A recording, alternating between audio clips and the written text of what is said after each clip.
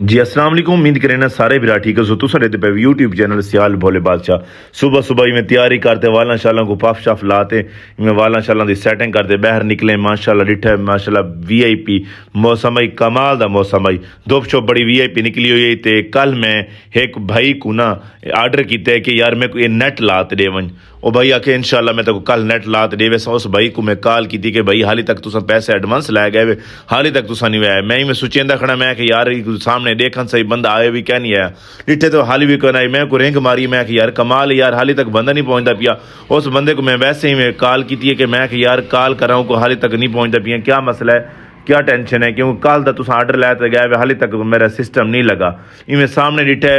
मैं कि मत शायद आ वने को हाली बंदा मैं को नहीं नजरा मैं इवें सोचा कि मैं कि यार एक दूजी कॉल करा कि मतन इवें एक कॉल नहीं चाहता बंदा दूजी कॉल से चा लेंदा लेकिन उस दूजी कॉल भी नहीं चाहती मैं इवें निकला मैं कि यार रोड से चलते देता मैं कि मतन इवें सामने कैमरा भवे ना मतन नजर आज भी वने मत आंदे भी पैन मैं जो कॉलों तो कॉल ठोकी खड़ा हाली तक कॉल नहीं चाहते पे मैं परेशान थी तो बाहरों निकला मैं कि यार कमाल यार मेरे को आखा भी आई कि यार जल्दी आने सुबह सुबह ही को काम को निबेड़ना है जे मैं सामने निकला बारो दुकान के सामने ही मैं रोड से चढ़ा मैं कि यार सामने देखा मत बंदा आंदा पियो सामान शमान लदी होंगी क्योंकि पैंप भी आन सामने उत्ते जी डिवाइस लगती वो लावनी मैं जूम करते डिठा मैं को कम अज कम किलोमीटर तक कोई बंदा ना नजर आया मैं कि यार ये काम खराब थी गया मैं वापस आते ना वालू को परेशान थी ते खड़ा मैं कि यार उन्हीं को क्या आखा कि क्या आखा को क्या गाल करना दोबारा वाल मैं मोबाइल जेब च कड्ढा के मैं कि यार को कॉल करे ना दोबारा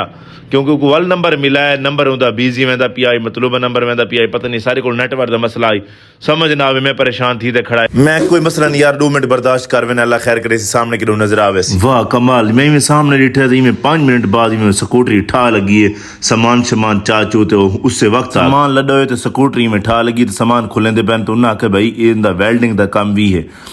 असा से पहुंच गया वेल्डिंग वाले को उत्थे वहां वेल्डिंग करवाई है नाल ही हमसाया बैठा वेल्डिंग वाला तो उनके को चाह नाल ही पहुंच गया तो को आख्या असांखे ॾाढा चंगी तरह से ढोलिया इको वेल्डिंग कर दे उसने बड़ा मेहनत नाल बड़ा अच्छे तरीके नाल काम करते रहना वेल्डिंग करते साकू दिता चाहते घर आ गए इतने बाहरों आते रखिए तो सोचन बह रहे हैं कि उस्ताद जरा इन्हें जी फिटिंग वाला वो बताई पीछे देर नाल आंदा पिया हो सके मैं आ खुद फिटिंग करे जे बह आए बदन दू जने उन्होंने मैं आके यार तुम डब्बे शब्बे खोलो जी तुरे को फिटिंग थी तुम अच्छे तरीके नाल फिटिंग करो उस्ताद मोहतरम जे देर नाल आवे से अल्लाह खैर करे तुम जो सामान है पी को फिट करो ताकि टाइम ना लगे वो जवान से दूहे जने लग गए करनी है उन्होंने शुरू थी गए फिटिंग की अच्छे तरीके नाल उस्ताद दूहे कारीगर उस्ताद मोहतरम मैं उसे 5 मिनट लैने उसने फिटिंग करते खंबा खड़ा कर दिता तो बस खड़ा कर दूंगी सेटिंग करन पै गई है